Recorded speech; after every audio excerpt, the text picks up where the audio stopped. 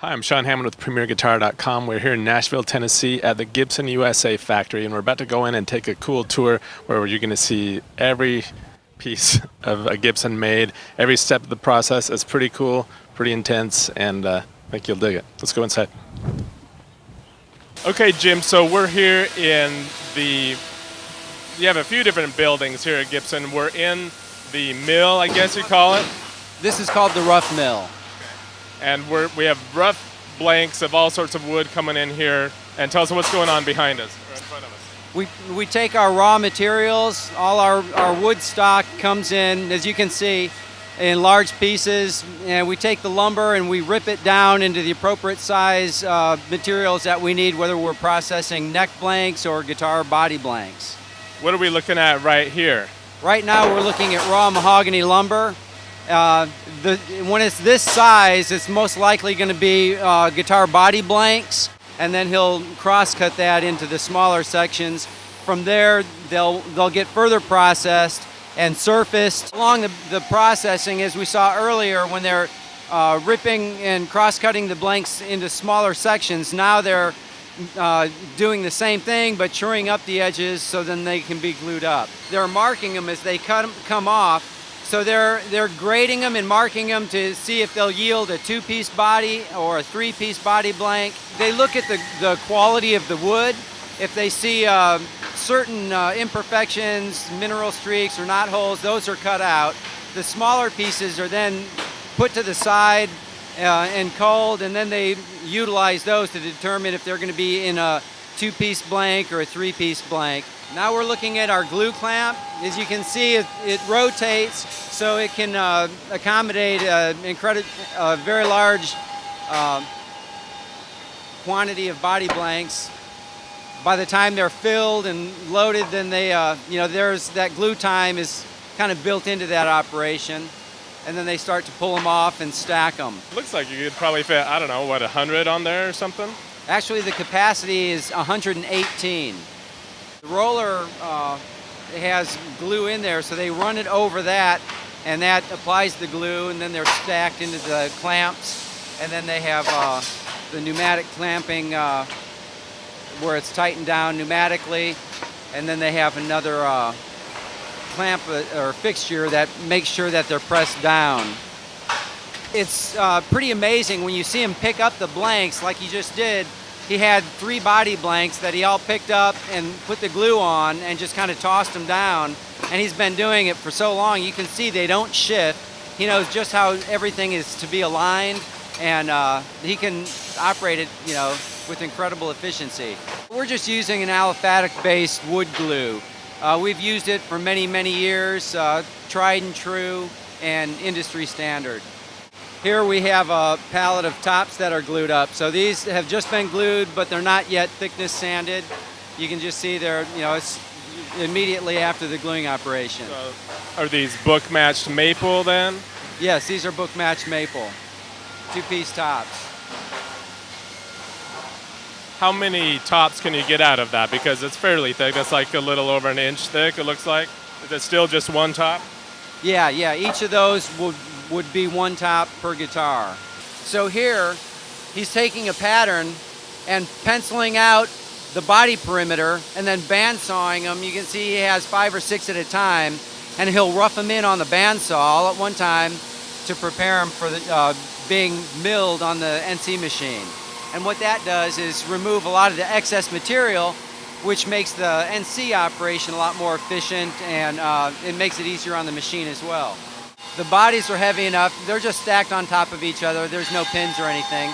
And the pattern is oversized, so he's just roughing it in. Our new weight relief here that we're looking at. This is on the new standard that was unveiled at Music Messa 2012? Yes, it is. The new standard in studio will have this new weight relief. It's a little bit more solid through the center, as you can see. We've done that because some people requested that it was more solid. They were afraid that maybe the chambering affected the tone and maybe affected the sustain and maybe feedback at high volumes. So it's more solid, yet still weight relieved. The chambering was used on our 2008 Les Paul Standards in studios. And then the traditional route, which is a series of holes, is used on our Les Paul traditionals. Now, this 2008 one, is that still being used on some models? We're still using that on the 2008s that we still have orders for, that we're still making. How did you guys arrive at these different patterns? We use CAD programs that allows us to analyze how much material is removed, and we can use that information to determine where we want to remove it and design around. Like for instance, the long slot you see is our switch access cavity. So that way we don't have to drill a hole, that is milled from the top. So we use that, the CAD program allows us to see that and design it from the beginning. He's feeding the tops into the glue roller. As you can see, right now that's applying the glue. The top that has glue applied is then loaded into the clamp.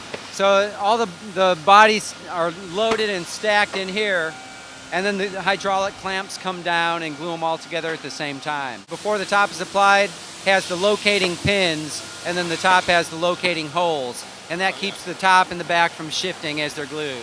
Right now, this is our Northwood CNC body router, and we're routing SG61 bodies. We have 5 heads running at one time, and we have 2 tables. We'll run the backs on one side, and then we'll flip it over and run the tops. Everything you can see with CNC is very uniform, very precise, very efficient. We've had these since the late 80s, I believe, and like you said, it is the norm for the industry now. Gibson were certainly early in acquiring these machines and technology. Depending on the model, some models are a lot more extensive than others. The average cycle time is probably 5 to 10 minutes, depending on the model. And that's, that's a total accumulated time, from doing both sides.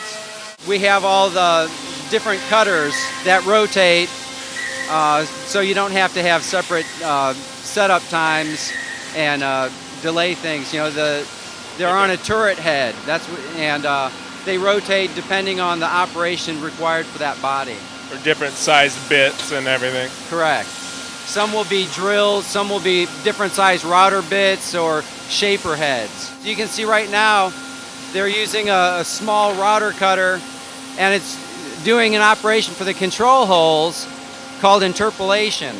And that means they can use a smaller bit and program the diameter of the hole, so they don't have to have a separate drill for each of the holes required in the body. For instance, the toggle switch hole will be larger diameter than the pot hole. So this will just interpolate that hole with one bit. So this mahogany lumber that we get in is rough size for our neck blanks. It's a lot smaller than our body blanks. So it will go in the kiln for a specified period of time until the moisture content is at the level where we can process it. The wood is stickered. You can see the little slats of wood in between the neck blanks. The spacers? Yeah, the spacers. And they're called stickers, and they're used to allow airflow between the wood blanks. So that way the drying will be even throughout the thickness of the material. Here are another of our various kilns. You can see wood of different size, are processed here. It just increases our capacity and can better utilize the kiln process for specific sized raw material. That's actually water vapor that we use to environmentally control our facility. You'll see that in the rough mill, and you'll see that in our other plant as well. We constantly monitor moisture content in the air, and depending on the climate and what needs to happen, we'll have the vapor turned on for a period of time, and that will get our humidity level to an acceptable level depending on the time of year or the day.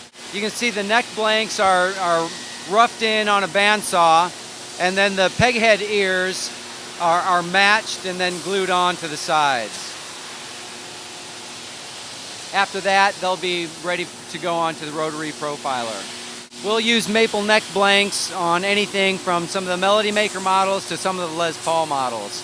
This is the rotary profiler that we're using to process the necks. So you can see the neck blanks are rough bandsawed to size, similar to the body operation that we saw, so it just removes a lot of the excess. and they're loaded onto the rotary profiler, which will further shape the backs of the necks, get them down to a more manageable size, cut the peg heads down, and kind of rough it in closer to the finished size.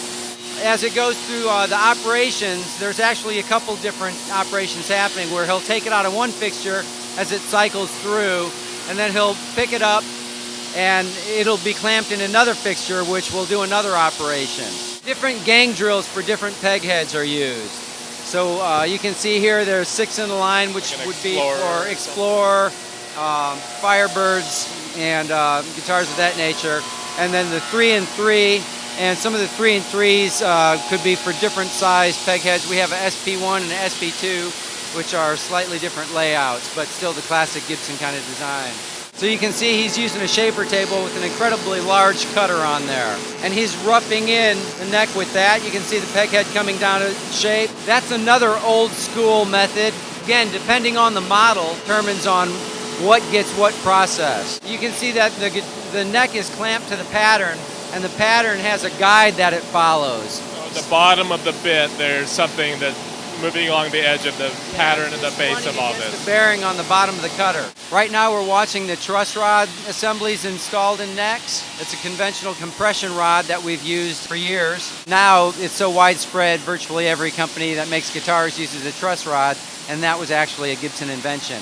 So he's installing, after the rod, he installs the spline, which is the strip of wood that presses down on the truss rod, and that's glued in and clamped and then profiled down. So that it's flush with the rest of the neck? Correct, and then the fingerboard can be glued on. Here you can see the clamps. After the truss rod splines are glued in, they're clamped in all these clamps here. Now we're in a different building than the mill we were just in. This is where the bodies and the necks come to be put together with the other components, sort of the more finely tuned stuff. And we're starting out looking at a big pallet full of fretboards, right? Yes, this is called Granadillo. It's a Guatemalan rosewood. We're using this on various models. Very similar to rosewood, but a little harder. Color is very similar. Grain can have a little bit more figure. So it's kind of in between a conventional rosewood and ebony. A little bit brighter than rosewood because it's a little bit harder, but not quite so much as ebony. From there, it's going to go into another one of our kilns. And once the moisture content is stabilized, then we'll take it out of the kiln and then it will be run through the processes. Here we're gluing in the top dots and the fingerboard inlays. So again, it's one of those operations that just has to be hand done. These are acrylic top dots that he's gluing in. We'll use acrylic and we'll use plastics and sometimes wood. This is the small block inlay used on our SG. It's a little bit smaller than the Les Paul Custom or CG style block. So the glue is applied and then she's hand inserting the inlays in, and then they'll be tapped in and allowed to dry. After the fretboards are radius, they're run on the fret slotting machine. You can see it's a turret style affair where the pneumatic clamps and all the fingerboards are loaded onto the machine. And as it rotates through, there's a arbor with various saw blades that slots all the fretboard slots at one time. So it just cycles through.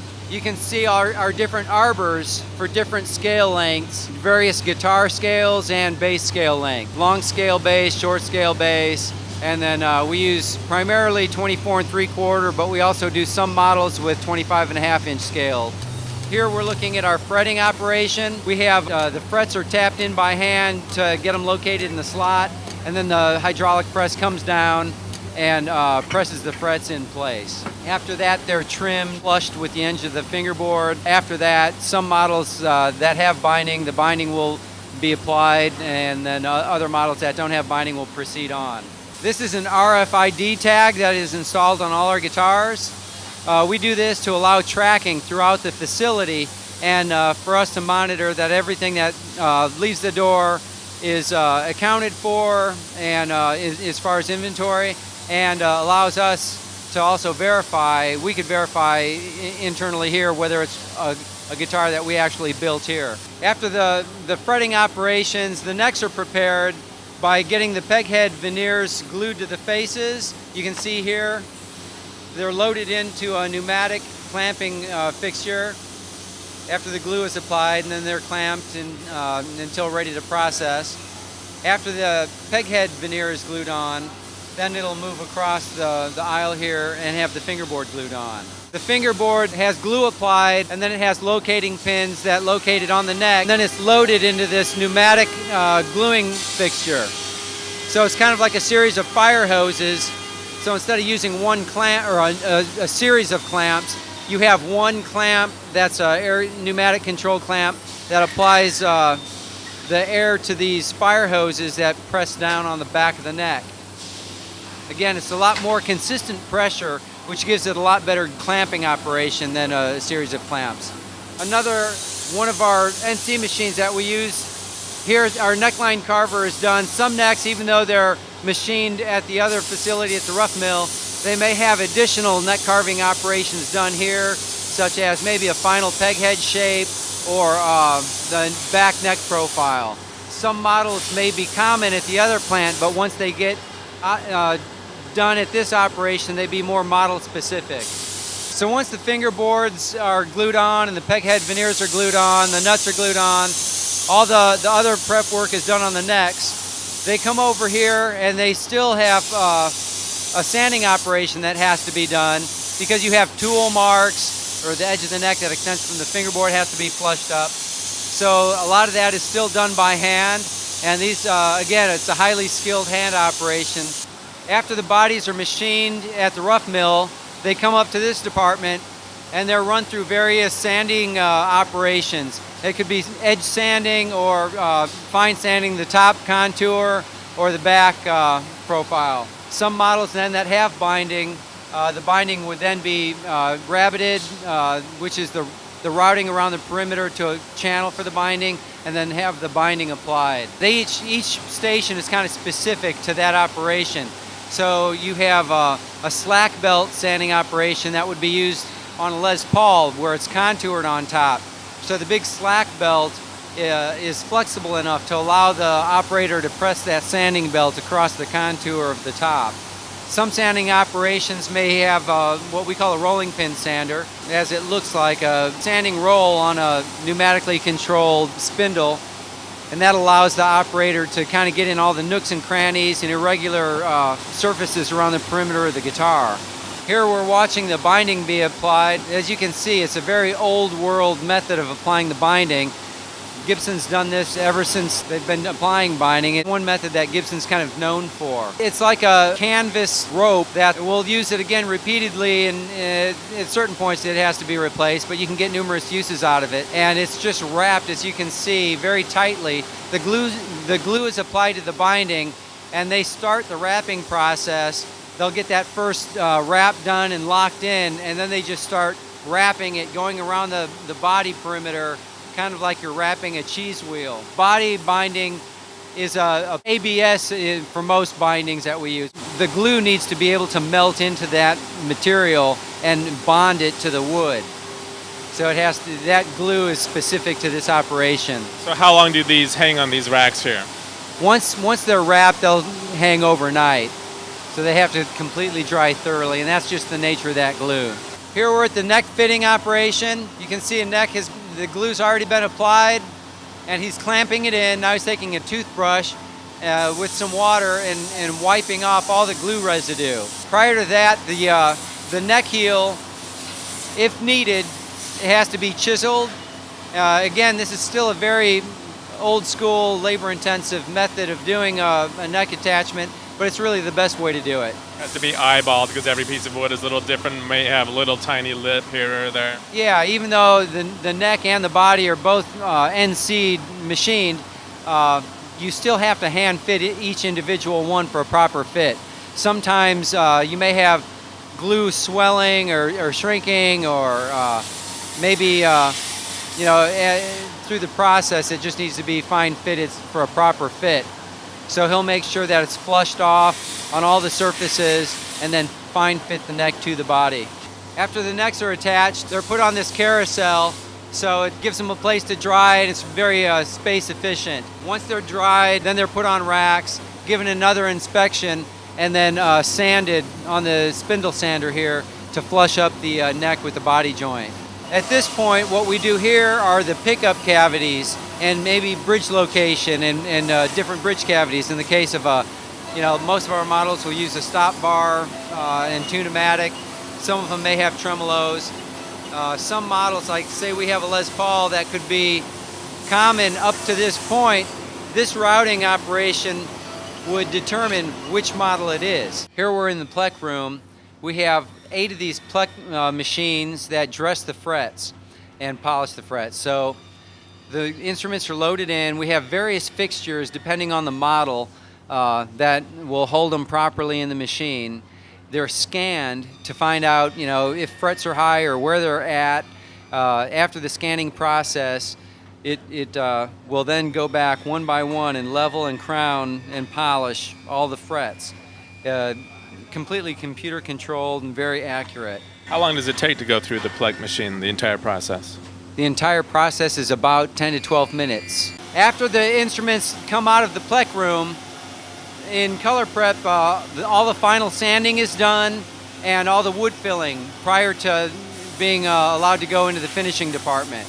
So again, depending on the model and on the color, when it gets into the wood filling, we may have a cherry wood filler or a walnut or a natural, and that is basically kind of a milkshake thickness wood filler that's applied to the wood surface and kind of rubbed into the grain to fill the pores of the grain. For one, it highlights the grain and makes it kind of accented in the finish operation, and it also packs the grain pores to prevent the finish from sinking into the wood grain. We're entering our finishing department now. Right now we're in the scraping and in-between coat sanding area, but you can see the guitars. They're in the middle of the finishing process. You can see the guitars on the carousels cycling above us. So in between coats and operations, they ride on that carousel where it's warmer, and that helps the finish cure. And it in terms of material handling, is a lot more efficient than keeping everything on one level and less actual physical handling. How much time does each guitar spend on the carousel going along the ceiling? It depends on the finishing operation. Some finishes, in the case of a high gloss, the entire process time may be 4 to 6 days in terms of actual finishing, and then there's dry time. Some finishes, in the case of our satins or worn finishes, may get a few coats of satin and a color coat, and they may be in and out of the finishing area in a day or two. She's measuring the film thickness on the finish build. It's another one of our QC steps within the department. So we will spot check and monitor within models or batches the material thickness to make sure that not too little or not too much is applied. You don't want it too thick. The thicker the finish, the less the wood is going to vibrate. Too thin, it's not going to last. It has to be durable. That's certainly a valid point there. And within processing, it has to be thick enough to withstand buffing. So you have to have enough material that you can sand it and buff it. We still do that with silk screen, just like we did in the old days. Some models will have a silk screen application, and some models may have, a mother of pearl or acrylic inlay, just depending on the model. But in the case of our classics, where it called for silk screen, we still use silk screen. Here Ray is actually doing a sunburst that he's doing by hand. You can see it's a very skilled operation. You can't automate that kind of thing. So are all of the sunbursts done by hand like that? Yes, everything we do is, and we have a variety of sunbursts. So not only do you have to be on top of the model, being that it's a hand operation, you have to get a feel for how that spray gun has to be angled and held on a particular model. And then you have different colors. Here we're doing the VS, which is a tobacco type brown. Some shades are iced tea or cherry and variations of each, where they're a lighter color, and it requires a different skill or a different feel to be able to apply those sunbursts. Here the guitars are having the top coats hand applied. After they get the sunburst on or shading, they'll get a seal coat of clear before they get on the electrostat line. All the operators here are hand scraping all the binding on the bodies and fingerboards. So we don't mask anything. With the nature of our finish, it really has to be a hand-scraped operation. Very, very highly skilled and very detailed. She's using a scraper blade, and they have to keep those sharpened, and they'll replace them. You can see the files where they sharpen their blades numerous times, throughout the day, or as needed. The training is very difficult because you have to have such great eye and hand skills, and a lot of these folks have been here on the line for years and years. After finishing, the instruments are brought into the neck prep area, and here what we're doing is removing any finish that may overlap onto the fingerboard. Even though it's masked, you're going to have a little bit of residual finish that needs to be cleaned up. As you can see, they're scraping the finish off the very edges of the fingerboards. Very meticulous, absolutely right. And after they do the razor blading operation, then they come back with steel wool and then polish the fretboard and the frets with the steel wool, which further removes any tape and finish residue. So after the guitars are processed in the neck prep area, they're brought into buffing, and at this point they're buffing out the finishes. You can see they go through 3 successive grades of buffing compound, starting with the red wheels, that's the coarsest, going to the yellow and then to the white buffing wax. And each wax removes the scratch from the previous wax, and what we're doing is sanding and buffing out all the imperfections in the finish. All the orange peel that is just part of the finishing operation is fine buffed here and given its final luster. In the center of the room we have our final inspectors, and as the buffers put their guitars in the racks upon completion, the inspectors then pick them up and look for any scratches or any issues that may necessitate them to get buffed again, or if there's a finishing problem that they discover at that point, then it will have to be refinished or repaired. After the guitars leave the buffing department, they're brought in here. They're given another inspection and cleaning here. We clean and oil the fingerboards, and we also give the guitars a final polish and inspection before they're issued to the line for assembly. Here is where we wind and build all our pickups and all our control assemblies. They'll generally load up about 10 pickup bobbins to be wound all at the same time. That ensures it's a lot more accurate and efficient at the same time. We've been making our PAF humbucker style pickups pretty much as we've done since the 50s, only now they're a lot more accurate. We've, over the years, have gone back and done various reissues. Those are all the same. When you're winding the pickups all at the same time like that, they're all done to the same number of turns, and so you want to use the same gauge of wire. In this case, they would be PAF styles. Even within the humbucking, we'll have dozens of varieties of winds and wire gauges that we use. Now you can see the coils all being wound at the same time. The count, the turns are automated, and the traverse, which is the side-to-side motion, is all automated, so everything is as accurate as can possibly be. After the pickup bobbins are wound, the pigtails, which are these short wires, are attached, and then the pickup coils are taped up. At that point, then they can go down the line and then get built up and assembled. They'll install the pole shoe, the screws, the magnets, and the base plate. After the pickups are completely assembled, we'll give them a wax potting operation that allows the wax to permeate the pickup assembly. The idea is that the wax can penetrate the coils and prevent, once it's cured, will prevent the coil from vibrating, which is what causes feedback.